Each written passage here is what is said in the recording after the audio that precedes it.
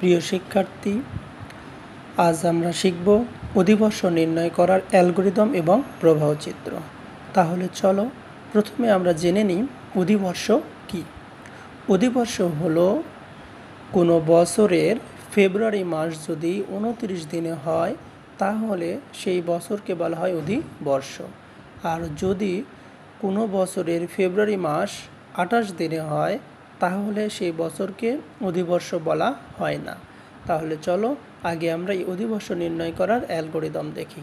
তাহলে অ্যালগরিদমে প্রথমে কি হয়, প্রথম ধাপে আমাদের শুরু করতে হয়। তাই 1 নম্বর ধাপে আমরা লিখলাম স্টার্ট। এবার আসো ইনপুট। তাহলে ইনপুট আমাদের কী নিতে হবে? ইনপুট নিতে হবে সাল। কীরকম? যেমন 2024 সাল অধিবর্ষ কিনা নির্ণয় করতে পারি, অথবা 1952 সাল অধিবর্ষ কিনা নির্ণয় করতে পারি, 2020 সাল অধিবর্ষ কিনা নির্ণয় করতে পারি।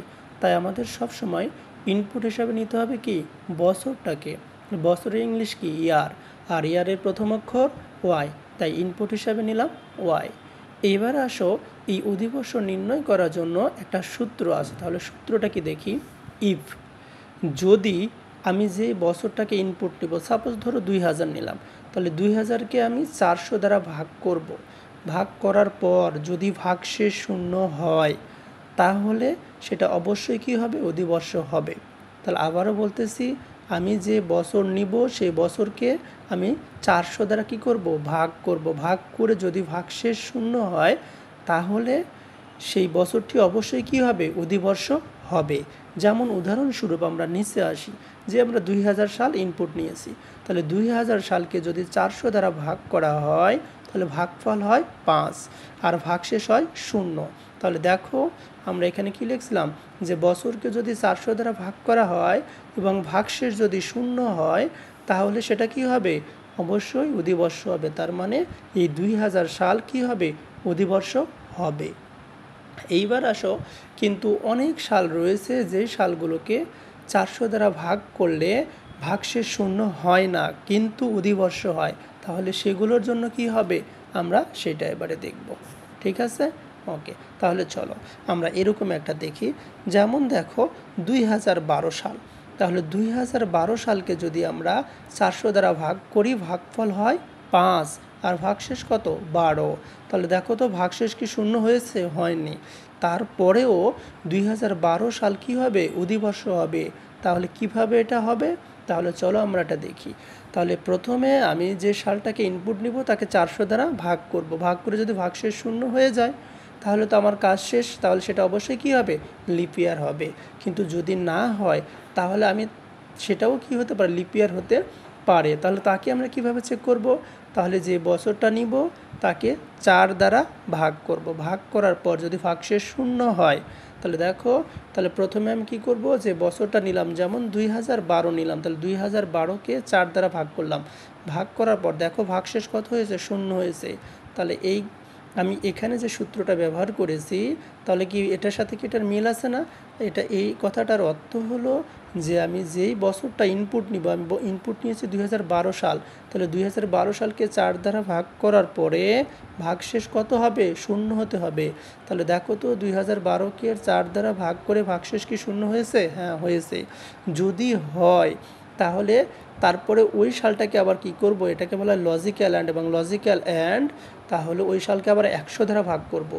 ভাগ করে যদি ভাগশেষ শূন্য না হয় তাহলেই সেই বছরটা অধিবর্ষ হবে। তাহলে দেখো 4 দ্বারা 2012 সালকে আমি ভাগ করে ভাগশেষ শূন্য হয়েছে, তাহলে একটা শর্ত পূরণ হয়েছে। আবার দ্বিতীয় শর্ত কি, একে এই 2012 সালকে আবার 100 দ্বারা আমাদের ভাগ করতে হবে। ভাগ করার পর যদি ভাগশেষ শূন্য না হয় তাহলে আমি 2012 সালকে বলতে পারবো অধিবর্ষ। তাহলে দেখো 2012কে যদি 100 দ্বারা ভাগ করা হয় ভাগশেষ হয় 12। তাহলে বলো তো ভাগশেষ কি শূন্য হয়েছে? হয়নি। তার মানে এই কন্ডিশনটাও সত্য হয়ে গেছে, এই কন্ডিশনটাও সত্য হয়ে গেছে। তাহলে কি হবে, 2012 সাল কি অবশ্যই আমাদের কি হবে, অধিবর্ষ হবে। তাই দেখো আমরা প্রথমে কি করব, যে প্রথমে যে সালটা ইনপুট দেবো 400 দ্বারা ভাগ করব। ভাগশেষ শূন্য হয়ে গেছে তাহলে সেটা অবশ্যই লিপ ইয়ার। আর যদি না হয় তাহলে আমরা কি করব, সেই সালটাকে 4 দ্বারা ভাগ করব। ভাগ করার পর যদি ভাগশেষ শূন্য হয় তাহলে এই একটা সত্য মিলে যাবে, তারপর আবার কি করব, ওই সালটাকে 100 দ্বারা ভাগ করব, ভাগ করার পর ভাগশেষ যেন শূন্য না হয়, তাহলে দুটো সত্য মিলে গেল, তখন সেটা কি হবে, লিপ ইয়ার। আর যদি এটাও না মিলে এটাও না মিলে, তাহলে কি হবে, নট লিপ ইয়ার। তার মানে আমার যে এই সূত্রটা আছে, এই সূত্রটা তোমাদের মুখস্থ করে ফেলতে হবে। মুখস্থ করার পর 1 নম্বর আমি দিব, যদি এই সূত্রটায় সত্য হয়, মানে এই সূত্রে আমি যে সালটা দিব সেই সূত্রের সাথে যদি মিলে যায় বা সত্য হয়, ইয়েস হয়, তাহলে কি করবে, প্রিন্ট করবে লিপ ইয়ার। তাহলে অধিবর্ষর ইংলিশ হলো কি, লিপ ইয়ার। তাই আমরা যদি এই কন্ডিশনটা সত্য হয় বা এই সূত্রটা যদি সত্য হয়, তাহলে ইয়েস, আর ইয়েস হলে প্রিন্ট করবে লিপ ইয়ার, আর যদি নো হয় তাহলে প্রিন্ট করবে নট লিপ ইয়ার। তারপরে কি হয়ে যাবে, ইন্ট হয়ে যাবে। ওকে, তাহলে এইবার আসো এটার জন্য আমরা প্রবাহ চিত্র দেখি। তাহলে প্রবাহ চিত্র কি করতে হয়, স্টার্ট। তাহলে আমরা শুরু করার জন্য কোন চিত্র ব্যবহার করি, আমি তোমাদের আগেই দেখিয়ে দিয়েছি। শুরু করার জন্য এবং শেষ করার জন্য উপবৃত্ত ব্যবহার করতে হয়, তাই এই উপবৃত্তর ভিতরে স্টার্ট লিখলাম। তারপরে কি ইনপুট, তাহলে ইনপুটের জন্য কি ব্যবহার করতে হয়, ইনপুটের জন্য সামান্তরিক ব্যবহার করতে হয়, তাই সামান্তরিক ব্যবহার করে এর ভিতরে ইনপুট ওয়াই ছিল, ওয়াই লিখলাম। এইবার আসো এটা কি লজিক না, এটাকে কি কন্ডিশন বা সত্য বলা হয় না, তাহলে সত্য লেখার জন্য কোন চিত্র ব্যবহার করা হয়, সত্য লেখার জন্য ডায়মন্ড অথবা রম্বস চিত্র ব্যবহার করা হয়। যেহেতু অনেক বড় আমাদের সত্য দিতে হবে, তাই আমরা অনেক বড় একটা রম্বস এঁকেছি। এর ভিতরে এই 3 নম্বরে আমরা যা লিখেছি, এই প্রথম লাইনটা হুবহু আমরা এই লাইনটুকু দিয়ে দিব। এখানে দেখো ওয়াই পার্সেন্টেজ 400 ইকুয়াল 0, অথবা যদি ওয়াই পার্সেন্টেজ 4 ইকুয়াল 0 হয় এবং লজিক্যাল অ্যান্ড এবং ওয়াই পার্সেন্টেজ 100 নট ইকুয়াল 0, তার মানে এই 3 নম্বর লাইনের এই পর্যন্ত আমরা কি করব, এই 3 নম্বর লাইন দেখো, এই 3 নম্বর লাইনের এই পর্যন্ত আমরা এই রম্বসের ভিতরে লিখে দিচ্ছি। তাহলে লিখে দেওয়ার পরে আমরা একদিকে দিব ইয়েস আর একদিকে দিব নো। তাহলে দেখো তো অ্যালগরিদমে যদি ইয়েস হয় কি প্রিন্ট করতো, প্রিন্ট লিপ ইয়ার। তাহলে এইদিকে ইয়েস যদি হয় তাহলে প্রিন্ট করবে কি, প্রিন্ট লিপ ইয়ার।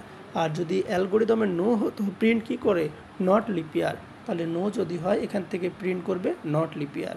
যেহেতু আমরা জানি প্রিন্ট করার জন্য সবসময় সামান্তরিক ব্যবহার করা হয়, তাই আমরা সামান্তরিকের ভিতরে প্রিন্ট লিপ ইয়ার, আবার সামান্তরিকের ভিতরে প্রিন্ট নট লিপ ইয়ার লিখলাম। তারপরে আমাদের কি করতে হবে, প্রোগ্রামটা বা প্রবাহ চিত্রটা শেষ করতে হবে।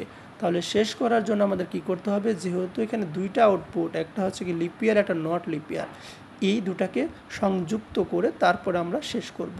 তাহলে আমরা জানি কোনো কিছুকে সংযুক্ত করার জন্য বৃত্ত ব্যবহার করা হয়, তাই এই যে বৃত্ত ব্যবহার করা হয়েছে এবং প্রিন্ট লিপ ইয়ার এখান থেকে এই বৃত্তর সাথে তীর চিহ্ন দিয়ে সংযুক্ত করা হয়েছে, এবং আর একটা প্রিন্ট নট লিপ ইয়ার এটার সাথে এই বৃত্তকে সংযুক্ত করা হয়েছে। তারপরে এখান থেকে এসে আমাদের এই প্রবাহ চিত্রকে শেষ করে দেওয়া হয়েছে।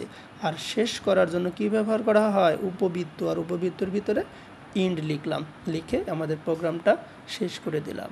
তাহলে তোমরা একটু ভালো করে দেখো, যদি বুঝতে না পারো অবশ্যই কমেন্ট করে জানাবা। ধন্যবাদ সবাইকে।